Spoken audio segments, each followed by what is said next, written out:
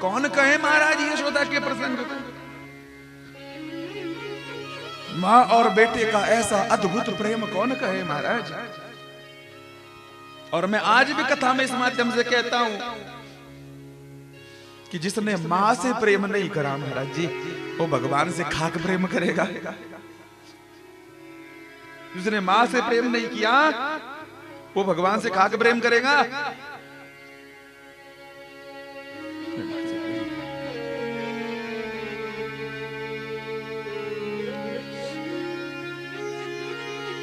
माई तेरी चूनरी याद है। मैं कथा में कई बार कहता हूं,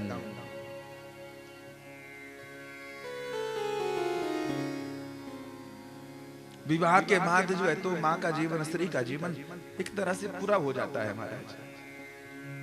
संतान होती है ना, संतान होती है तो जब माता गर्भवती होती है, युवान अवस्था होती है उस बहन की, उस मां की, तो सबके मन में यही भावना रहती है, बेटा हो जाए, बेटा हो जाए, बेटा हो जाए, आदि आदि, बेटा हो जाए, बिटिया हो जाए। हमारी जिसका बेटा हो बिटिया चाहता है, जो बिटिया जो बेटा चाहता है, पर कभी उसको नहीं पूछते वो एक एक दिन कैसे गुजारती है। डॉक्टर साहब क्या देते हैं, क्या बोले, लगता नहीं है कि बालक सीधा होगा, ऑपरेशन करना पड़ेगा, ऑपरेशन करना पड़ेगा। ले जाते हैं अस्पताल, लेट जाती है महाराज, सब शर्म लज्जा का त्याग कर देती है। डॉक्टर साहब कहते हैं कि पेट को काटना पड़ेगा, कुछ नहीं बोलती, काट दो, कटवा देती है पेट को महाराज जी। बालक निकलता है और उस बालक को देखकर उसका माथा चूमकर सारा कटा हुआ पेट जो है तो भूल जाती है। मां का ऋण नहीं चुका सकते कभी महाराज, कोशिश भी मत करना।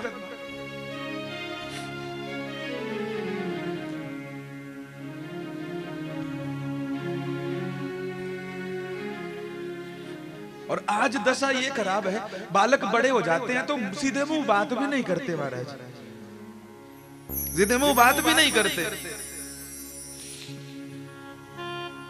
अरे माना तू पढ़ा लिखा हो गया, अगर पेट ना कटवाया होता ना, और पेट कटवाने के बाद ध्यान से सुनना महाराज जी, पेट कटवाने के बाद जब तक जीती है, जब तक जीती है सारा शरीर रोगी रहता है। कभी पीठ दर्द है, कभी सिर दर्द है, कभी छाती पे दर्द है महाराज, लेकिन तब भी उफ नहीं करती, चली रहती है। दुनिया भर की गालियां सुनती है, तेरा शरीर ही ठीक नहीं होता, तेरा शरीर ठीक नहीं होता, तेरा शरीर ठीक नहीं होता।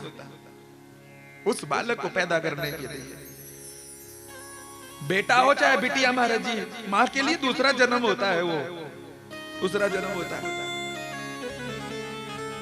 दूसरा जन्म। और फिर जब बालक बड़े हो जाते हैं तो चलो वृद्धाश्रम, और घर में माता पिता को ऐसे लगते हैं, किसी माता का अगर पति मर जाए तो उस माता को रोटी भी ऐसी दी जाती जैसे घर में कुत्ता पाला हो, आदर नहीं मिलता महाराज। छोटा सा बालक कल को पैदा हो जाएगा, उसको वाह वाह करेंगे, वाह बेटा, वाह बेटा, छाती पे दुलारेंगे, सब करेंगे।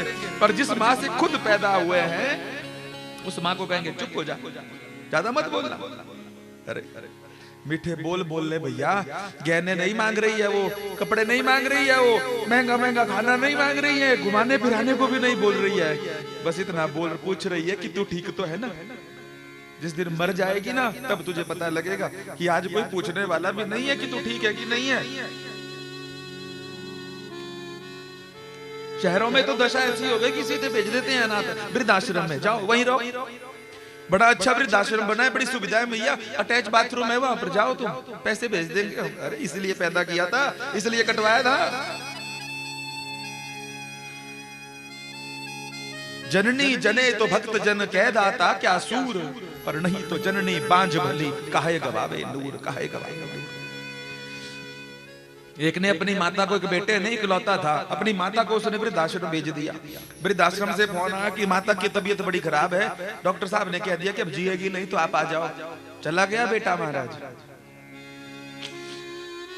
पहुंच गया वहां पर, माँ ने बेटे को देखा, नेत्र भरा है महाराज, वो करुणा मूर्ति है।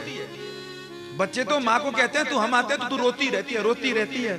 अरे प्रेम भरा है उसमें, और जो भरा होता है वही छलकता है, जो खाली होगा वो खाक छलकेगा, भरी बर्तन नहीं छलकता है महाराज।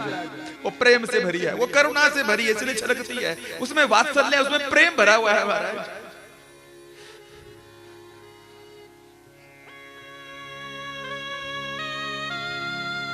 वृद्धाश्रम में मां, अंतिम समय है उसका, बेटा गया, मां ने देखा तो भर आया, हाथ फैल, बोला नहीं जा रहा है, फिर भी कांप रही है, लेकिन फिर भी हाथ उठ रहे हैं। डॉक्टर ने क्या दिया, मर जाएगी।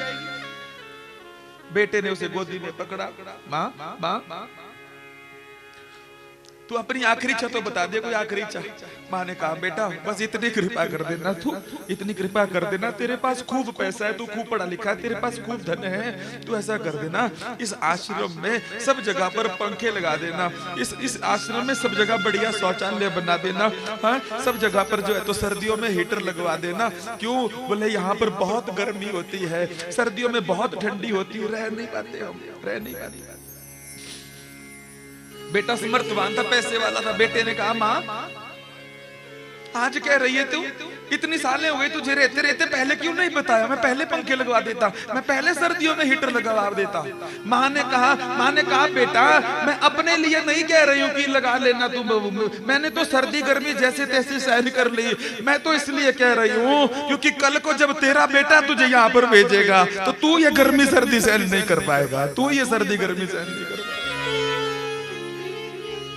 मरते समय भी महाराज जी, मैं कथा में 100 बार कहता हूं, हाथ जोड़ के कह रहा हूं आपसे, महाराज जी निवेदन कर रहा हूं आपसे, आप तीर्थ करो ना करो आपकी मर्जी है महाराज, आप 4 धाम करो ना करो महाराज जी आपकी मर्जी। आपसे कथा होती है, भागवत होता है, शिव पुराण होता है, नहीं होता है कोई बात नहीं, माता को प्रणाम कर लिया करो, उसी से काम हो जाएगा सब महाराज, उसी से हो जाएगा, उसी से काम हो जाएगा। जाना पड़ता है बच्चों को कमाने के लिए, घर से बाहर जाते हैं, सब जाते हैं, जाना पड़ेगा, समय ऐसा। मैं नहीं कह रहा हूं कि उनके पांव में पड़े रहो, माता भी नहीं चाहती कभी कि वहीं पर रहे, पर करे क्या, बोले इतनी माँ इतना चाहती है। मैं आपसे निवेदन कर रहा हूँ बस इतना कि जब आप बाहर जाओ तो माँ से कम 2 मिनट तक बात कर लो महाराज। आप मीठे मुंह बोल लोगे ना, उसके शरीर का सारा दर्द ठीक हो जाएगा। उसके हाथ पैर चलते भी नहीं हो ना, तब भी महाराज घसीटते घसीटते जो आपको पसंद होगा वो बनाएंगे। आप भले ही होटल में खा के आए हो, भूख भले ही नहीं हो, लेकिन अगर माँ ने कुछ पकाया है ना, वो कैसा भी है उसको पालो महाराज। कितने ऐसे हैं जो बचपन में अनाथ हो गए, जिनको नहीं मिला माँ का सुख, वो तरसते हैं। आपको मिली है तो कद्र कर लो, कद्र कर लो।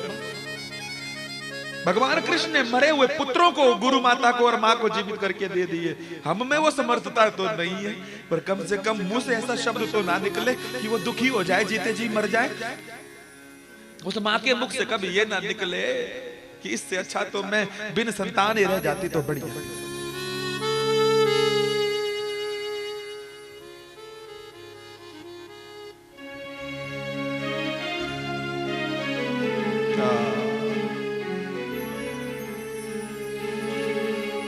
जग से हारा नहीं मैं, तुझसे हारा हूं मां। एक दिन चमकूंगा लेकिन तेरा सितारा हूं मां। मायरी मायरी मुझसे रूठी मेरी परछाई, जीना जीना जीना रे उड़ा गुलाल। माई तेरी चुनरिया लहराई, जीना जीना रे उड़ा गुलाल। माई तेरी चुनरिया लहरा, रंग तेरी रीत का, रंग तेरी प्रीत का, रंग तेरी जीत का हूँ लाई लाई ओ। रंग तेरी जीत का, रंग तेरी प्रीत का, माई तेरी चुनरिया लहरा। जब जब मुझ पर उठा सवाल, माही तेरी चुनरी लहराए। जब जब मुझ पर उठा सवाल, माही तेरी चुनरी। जीना जीना रे उड़ा गुलाल, माई तेरी चुनरिया लहराई। जीना जीना उड़ा गुलाल।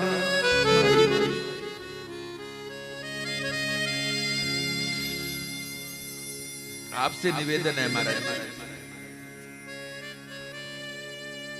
आपसे निवेदन, मैंने निवेदन कर दिया आपसे। आपसे तीर्थ यात्रा कुछ भी नहीं हो, पुण्य का एक भी काम ना हो, बस माँ को प्रणाम कर लिया करो और प्रणाम के साथ साथ मीठे बोल लिया करो। और सबसे बड़ी बात है कि अपने माँ और अपने पिता की जीते जी कदर करो महाराज। मरने के बाद आपने क्या किया? पिंडदान किया, सोना चांदी बांटा, बड़ा बड़ा दान किया, बिस्तर मंजे दिए। मुझे नहीं लगता कि वो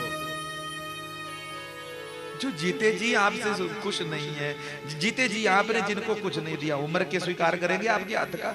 और क्या दान क्या दे रहे हो, क्या चुका पाओगे? उनका ही तो दिया हुआ सब कुछ है, उसी को तो खर्च कर रहे हो आप।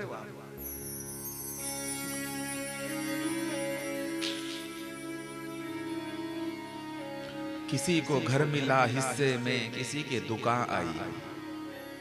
भारत का बहुत बड़ा शायर मुनव्वर राणा। किसी को घर मिला हिस्से में, किसी के दुकान आई। मैं घर में सबसे छोटा था, मेरे हिस्से में माँ आई, मेरे हिस्से में माँ आई।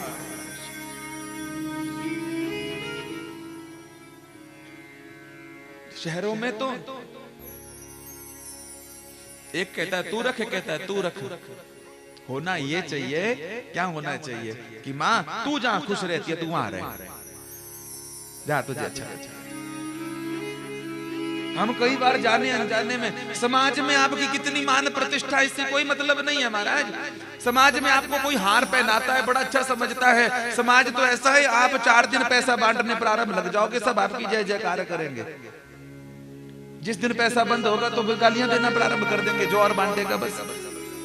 संसार तो एक वैशाल्य रहा है महाराज, जो धन देगा ग्राहक की तरह उसकी जय जयकार होगी। बाकी माँ और पिता एक ऐसे हैं जो अखंड आशीर्वाद देते हैं। और मैं कितनी बार ये बोल चुका हूं कि जीते जी अपने माता पिता की सेवा करो, जीते जी।